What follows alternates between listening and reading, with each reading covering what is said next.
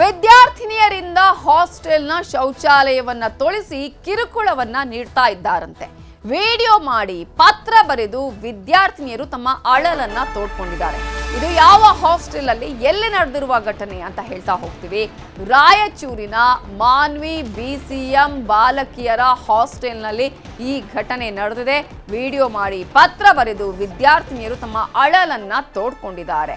ಶೌಚಾಲಯ ನಿರ್ವಹಣೆಗೆ ಅಂತಾನೆ ಹಣ ಇರುತ್ತೆ, ಆದ್ರೆ ಆ ಹಣ ಇದ್ರೂ ಕೂಡ ವಾರ್ಡನ್ ಇಲ್ಲಿ ಕಿರುಕುಳವನ್ನ ಕೊಡ್ತಾ ಇದ್ದಾರಂತೆ. ಟಾಯ್ಲೆಟ್ ತೊಳಿರಿ ಅಂತ ಹೇಳಿ ವಿದ್ಯಾರ್ಥಿನಿಯರಿಂದನೇ ತೊಳಿಸ್ತಾ ಇದ್ದಾರಂತೆ. ವಾರ್ಡನ್ ರಜಿಯಾ ಸುಲ್ತಾನ್ ಮೇಲೆ ವಿದ್ಯಾರ್ಥಿನಿಯರು ಈಗ ಆರೋಪವನ್ನ ಮಾಡ್ತಾ ಇದ್ದಾರೆ. ಇಡೀ ಹಾಸ್ಟೆಲ್ನ ಕೆಲಸಗಳನ್ನು ಕೂಡ ವಿದ್ಯಾರ್ಥಿನಿಯರೇ ಮಾಡಬೇಕಂತೆ. ವಾರ್ಡನ್ ರಜಿಯಾರಿಂದ ಮುಕ್ತಿ ಕೊಡಿಸಿ ಅಂತ ಹೇಳಿ ಜಿಲ್ಲಾ ತಾಲೂಕು ಅಧಿಕಾರಿಗಳಿಗೆ ವಿದ್ಯಾರ್ಥಿನಿಯರು ಮನವಿಯನ್ನ ಮಾಡಿಕೊಂಡಿದ್ದಾರೆ, ಪತ್ರವನ್ನ ಬರೆದಿದ್ದಾರೆ, ವಿಡಿಯೋವನ್ನು ಮಾಡಿಕೊಂಡು ಅಳಲನ್ನ ತೋಡ್ಕೊಂಡಿದ್ದಾರೆ. ತಾಲೂಕು BCM ಅಧಿಕಾರಿ ಮಹಾಲಿಂಗಪ್ಪ ಅವರಿಗೆ ವಿಷಯದ ಬಗ್ಗೆ ಗೊತ್ತಿದೆ, ಆದ್ರೂ ಕೂಡ ಮೌನ ವಹಿಸಿದ್ದಾರೆ ಅಂತ ಹೇಳಿ ಇಲ್ಲಿ ಆಕ್ರೋಶವನ್ನ ವ್ಯಕ್ತಪಡಿಸಿದ್ದಾರೆ ವಿದ್ಯಾರ್ಥಿನಿಯರು. ವಾರ್ಡನ್ ರಜಿಯಾ ಸುಲ್ತಾನ್ ಎಲ್ಲಾ ವಿದ್ಯಾರ್ಥಿನಿಯರಿಂದಾನೇ ಹಾಸ್ಟೆಲ್ನ ಎಲ್ಲಾ ಕೆಲಸ ಮಾಡಿಸೋದು ಮಾತ್ರ ಅಲ್ಲ, ಹಾಸ್ಟೆಲ್ ಶೌಚಾಲಯವನ್ನ ಕೂಡ ಅವರು ನೀವೇ ಕ್ಲೀನ್ ಮಾಡಬೇಕು ಅಂತ ಹೇಳಿ ಕಿರುಕುಳವನ್ನ ಕೊಡ್ತಿದ್ದಾರಂತೆ. ಆ ರೀತಿಯಾಗಿ ಕ್ಲೀನ್ ಮಾಡಿಸ್ತಾ ಇದ್ದಾರಂತೆ. ಗಬ್ಬು ವಾಸನೆ ನಮ್ಗೆ ಆಗಲ್ಲ, ನಾವು ತೊಳೆಯಲ್ಲ ಅಂತ ಹೇಳಿದ್ರು ಕೂಡ ಹಾಸ್ಟೆಲ್ನ ನಿರ್ವಹಣೆಗೆ ಅಂತಾನೆ ಒಂದಷ್ಟು ಹಣ ಇರುತ್ತೆ. ಆದ್ರೆ ಆ ಹಣ ಹಾಗಾದ್ರೆ ಏನ್ ಮಾಡ್ತಿದ್ದಾರೆ ವಾರ್ಡನ್ ಅನ್ನುವಂತಹ ಪ್ರಶ್ನೆ ಕೂಡ ಇದೆ. ಈಗಾಗಲೇ ತಾಲೂಕು BCM ಅಧಿಕಾರಿ ಮಹಾಲಿಂಗಪ್ಪ ಅವರಿಗೆ ಇದರ ಬಗ್ಗೆ ವಿದ್ಯಾರ್ಥಿನಿಯರು ಮಾಹಿತಿ ಕೊಟ್ಟರು ಕೂಡ ಯಾವುದೇ ರೀತಿಯ ಕ್ರಮವನ್ನ ತೆಗೆದುಕೊಂಡಿಲ್ಲ. ಕೂಡ ನಮ್ ಕುಡ್ಗೆ ತೊಳಸ್ತಾರೆ. ಮತ್ತೆ ಯಾವಾಗ್ಲೂ ಗಲೀಜಾದಂಗೆಲ್ಲ ನಾವೇ ತೊಳಿಬೇಕು. ಓದಕ್ ಕುಂತ್ರೆ ಮತ್ತೆ ಹದ್ದು ಕಲಿಸಿ ಮತ್ತೆ ನಮ್ ಕುಡ್ಗನೆ ತೊಳಸ್ತಾರ. ಇವೆಲ್ಲ ಮಾಡ್ತಾರ. ನಾವು ಓದ್ಕೆದೇವಾಗ ಟೆಸ್ಟನ್ನು ಇಟ್ಟಿದ್ರು ನಾವ್ ಇಲ್ಲಿ ಓದ್ಕೋಬೇಕಂತ ಬಂದ್ರು ಅಪ್ಪ ಅಮ್ಮ ಎದಕ್ ಕಳಿಸ್ತಾರ. ನಮ್ಗೆ ಕೇಳಿದ್ರು ನಮ್ಗೆ ಅಂತಾರ ಏನ್ ಕೆಲ್ಸನೇ ಮಾಡಲ್ಲ, ಓದವು ಇಟ್ಕೊಂಡು ಇದೇ ದಾರ್ದ ಮಾಡ್ರಿ ಅಂತ ನಮ್ಗೆ ಬೈತಾ ಇರ್ತಿರ್ತೀವಿ. ಅದಕ್ಕೆ ನಾವು ತುಂಬಾ ಕಷ್ಟ ಅನುಭವಿಸಕತ್ತೀವಿ. ನೀವೇ ನೋಡ್ಬೇಕು ನಮ್ಮನ್ನೆಲ್ಲ. ಇದೇ ವಿಚಾರಕ್ಕೆ ಸಂಬಂಧಪಟ್ಟ ಹಾಗೆ ಇನ್ನಷ್ಟು ಡೀಟೇಲ್ಸ್ ಅನ್ನ ಕೊಡೋದಕ್ಕೆ ನಮ್ಮ ರಿಪೋರ್ಟರ್ ವಿಶ್ವನಾಥ್ ಈಗ ಫೋನ್ ಸಂಪರ್ಕದಲ್ಲಿ ಜಾಯ್ನ್ ಆಗಿದ್ದಾರೆ. ವಿಶ್ವನಾಥ್, ಈಗ ಹಾಸ್ಟೆಲ್ ನಿರ್ವಹಣೆಗೆ ಅಂತ ದುಡ್ಡು ಇರುತ್ತೆ, ಆ ದುಡ್ಡನ್ನ ಬಳಕೆ ಮಾಡಿ ಅದನ್ನ ಯಾವ ರೀತಿಯಾಗಿ ಕ್ಲೀನ್ ಮಾಡಿಸ್ಬೇಕು ಅಥವಾ ಏನ್ ಕೆಲಸ ಮಾಡಿಸ್ಕೋಬಹುದು, ಅದನ್ನ ಬಿಟ್ಟು ಆ ಹಣವನ್ನ ಏನ್ ಮಾಡ್ತಾ ಇದ್ದಾರೆ? ವಿದ್ಯಾರ್ಥಿನಿಗೆ ಎಷ್ಟು ಟೈಮಿನಿಂದ ಈ ರೀತಿಯಾದಂತಹ ಕಿರುಕುಳ ಕೊಟ್ಟು ಇಡೀ ಹಾಸ್ಟೆಲ್ನ ಕೆಲಸವನ್ನ ಮಾಡಿಸೋದು, ಟಾಯ್ಲೆಟ್ ತೋರಿಸೋದು ಎಷ್ಟು ಟೈಮಿಂದ ಮಾಡ್ಲಾಗ್ತಾ ಇದೆ? ಈಗ ವಾರ್ಡನ್ ಮೇಲೆ ವಿದ್ಯಾರ್ಥಿನಿಯರು ಮಾಡಿರುವಂತಹ ಆರೋಪಕ್ಕೆ ಸಂಬಂಧಪಟ್ಟಕ್ಕೆ ಮೇಲಾಧಿಕಾರಿಗಳು ಏನ್ ಹೇಳ್ತಾರೆ?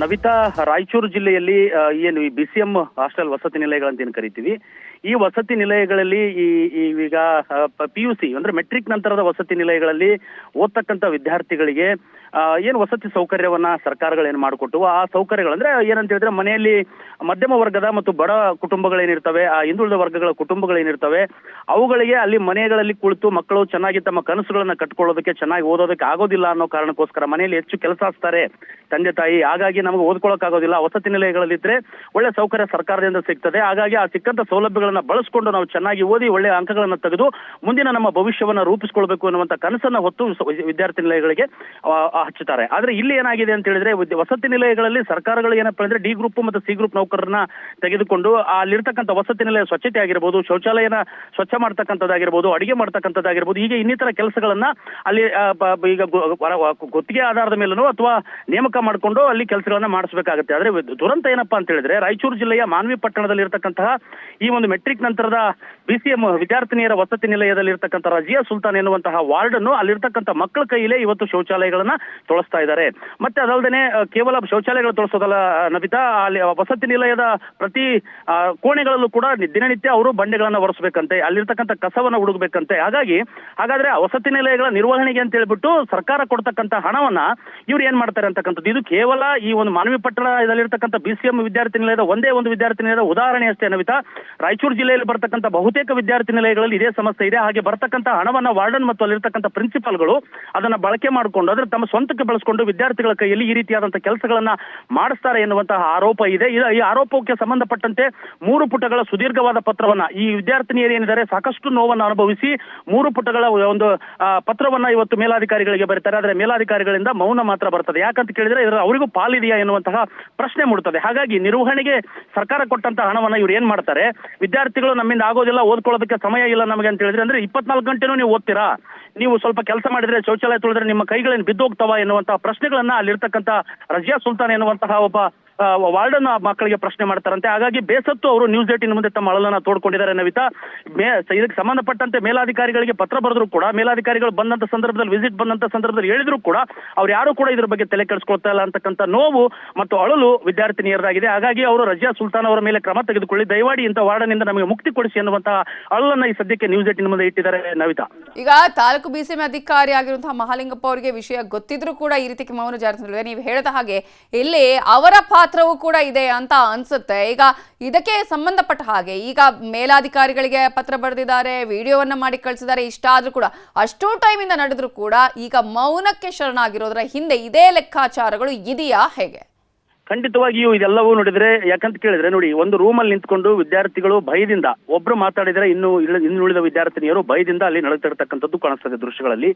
ಒಂದು ವೇಳೆ ನಾವು ಮುಂದೆ ಬಂದು ಈ ರೀತಿಯಾದಂತಹ ಹೇಳಿಕೆಗಳನ್ನ ಕೊಟ್ಟು ನಾವೇನಾದ್ರೂ ಮಾಡಿದ್ರೆ ನಮ್ಮನ್ನ ಟಾರ್ಗೆಟ್ ಮಾಡ್ತಾರೆ ಎನ್ನುವಂತಹ ಭಯ ಕೂಡ ಆ ಮಕ್ಕಳನ್ನ ಕಾಡ್ತಾ ಇದೆ. ಎಲ್ಲೋ ಒಂದು ಕಡೆ ನಾಳೆ ನಮ್ಮ ವಿದ್ಯಾಭ್ಯಾಸ ಈ ರೀತಿಯಾಗಿ ಕುಂಠಿತವಾಗೋದಾದ್ರೆ ನಾಳೆ ನಮ್ಮ ಭವಿಷ್ಯದ ಕಥೆ ಏನು ಎನ್ನುವಂತಹ ಆತಂಕ ಕೂಡ ಅವರಲ್ಲಿ ಇದೆ. ನವಿತಾ, ಹೀಗಾಗಿ ಎಲ್ಲೋ ಕೂಡ ಎದುರ್ಕೊಂಡು ಪತ್ರವನ್ನು ಬರೆದ್ರು, ಎದುರ್ಕೊಂಡು ಬಂದಂತ ಅಧಿಕಾರಿಗಳ ಮುಂದೆ ತಮ್ಮ ಅಳಲನ್ನು ತೋಡ್ಕೊಂಡ್ರು. ಆದ್ರೆ ಎಲ್ಲವನ್ನ ಮಾಡಿದ್ರು ಕೂಡ ಯಾರೊಬ್ರು ಕೂಡ ಅದಕ್ಕೆ ಸ್ಪಂದಿಸ್ತಾ ಇಲ್ಲ, ಯಾರೊಬ್ರು ಕೂಡ ಅದಕ್ಕೆ ತಲೆ ಕೆಡಿಸ್ಕೊಳ್ತಾ ಇಲ್ಲ. ಹಾಗಾಗಿ ಮೂಗು ಮುಚ್ಕೊಂಡು ನೋಡಿ, ದೃಶ್ಯಗಳಲ್ಲಿ ನೋಡಿ ನವಿತಾ, ನ್ಯೂಸ್ 18ಗೆ ಸಿಕ್ಕಿರ್ತಕ್ಕಂಥ ಎಕ್ಸ್ಕ್ಲೂಸಿವ್ ದೃಶ್ಯಗಳು, ಮೂಗು ಮುಚ್ಕೊಂಡು ಅವರು ಆ ಶೌಚಾಲಯಗಳನ್ನ ತೊಳಿತಾ ಇರ್ತಕ್ಕಂಥದ್ದನ್ನು ನೋಡಬಹುದು. ಈ ಶೌಚಾಲಯಗಳ ತೊಳೆಯೋದಕ್ಕಂತಾನೆ ಹೊರಗಡೆ ಸಫಾಯಿ ಕರ್ಮಚಾರಿಗಳಿರ್ತಾರೆ, ಅವ್ರನ್ನ ಕರೆದುಕೊಂಡು ಬಂದು ಅವರಿಗೆ ಒಂದಷ್ಟು ಈಗೇನು ಸರ್ಕಾರ ಮಂಜೂರು ಮಾಡಿರ್ತದೆ ಹಣ ನಿರ್ವಹಣೆಗಾಗಿ, ಅದರಲ್ಲಿ ಒಂದಿಷ್ಟು ಕೊಟ್ಟರೆ ಅವರೇ ಬಂದು ತೊಳೆದು ಹೋಗ್ತಾರೆ. ಆದ್ರೆ ಮಕ್ಕಳ ಕೈಯಿಂದ ಈ ರೀತಿಯಾದ ಕೆಲಸಗಳನ್ನ ಯಾಕೆ ಮಾಡಿಸ್ಬೇಕು ಅನ್ನುವಂಥದ್ದು ಒಂದು ಪ್ರಶ್ನೆ. ಮತ್ತೊಂದು ಕಡೆ ಶ್ರಮದಾನ ಅಂತ ಬಂದ್ರು ಕೂಡ ಮಕ್ಕಳು ತಾವು ಸ್ವಇಚ್ಛೆಯಿಂದ ಶೌಚಾಲಯನವಾದ್ರೂ ತೊಳಿಬಹುದು, ವಸತಿ ನಿಲಯದಲ್ಲಿ ತಮ್ಮ ಸ್ವಚ್ಛತೆಗಾಗಿ ಹೆಂಗಾದ್ರೂ ಇರ್ಬೋದು, ಆದ್ರೆ ಅದು ಮಕ್ಕಳು ತಮ್ಮ ಸ್ವಇಚ್ಛೆಯಿಂದ ಮಾಡಬೇಕು. ನವಿತಾ, ಆದ್ರೆ ಬಲವಂತವಾಗಿ ಯಾವ ಕೆಲಸ ಮಾತನಾಡಿಸ್ತೀನಿ. ವಿಶ್ವನಾಥ್ ಹೋಗರ್, ಇದೇ ವಿಚಾರಕ್ಕೆ ಸಂಬಂಧಪಟ್ಟ ಹಾಗೆ ನಮ್ಮ ಜೊತೆ ಈಗ ರಾಯಚೂರಿನ ಜಿಲ್ಲಾ BCM ಅಧಿಕಾರಿ ಆಗಿರುವಂತಹ ಅಶೋಕ್ ಅವರು ಫೋನ್ ಸಂಪರ್ಕದಲ್ಲಿ ಜಾಯಿನ್ ಆಗಿದ್ದಾರೆ. ನಮಸ್ತೆ ಸರ್.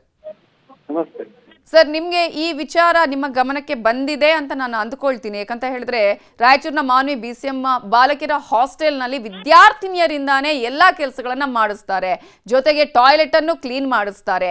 ಈಗ ಹಾಸ್ಟೆಲ್ನ ನಿರ್ವಹಣೆಗೆ ಅಂತ ಹೇಳಿ ಒಂದಷ್ಟು ಫಂಡ್ ಇರುತ್ತೆ, ಇದರಲ್ಲಿ ಈ ರೀತಿಯಾದಂತಹ ಫಂಡಿನಿಂದ ಹಣ ಆಗಿದ್ರೆ ಎಲ್ಲಿ ಹೋಗುತ್ತೆ, ಯಾಕೆ ಇಂತಹ ಕೃತ್ಯವನ್ನ ಮಾಡಿಸ್ತಾ ಇದ್ದಾರೆ ಅಂತ ಪ್ರಶ್ನೆ. ಈಗ ಸರಿ ಮಾಡ್ತೀವಿ ಅದನ್ನ. ನಿಮ್ಮ ಗಮನಕ್ಕೆ ಬಂದಿದೆಯಾ ಸರ್? ಇಲ್ಲ, ಈಗ ತಾವು ಹೇಳ್ತಿದ್ದೀರಿ, ಈಗ ಹೇಳಿದ ಮೇಲೆ ಅದು ನನ್ನ ಗಮನಕ್ಕೆ ಬಂದಿದೆ.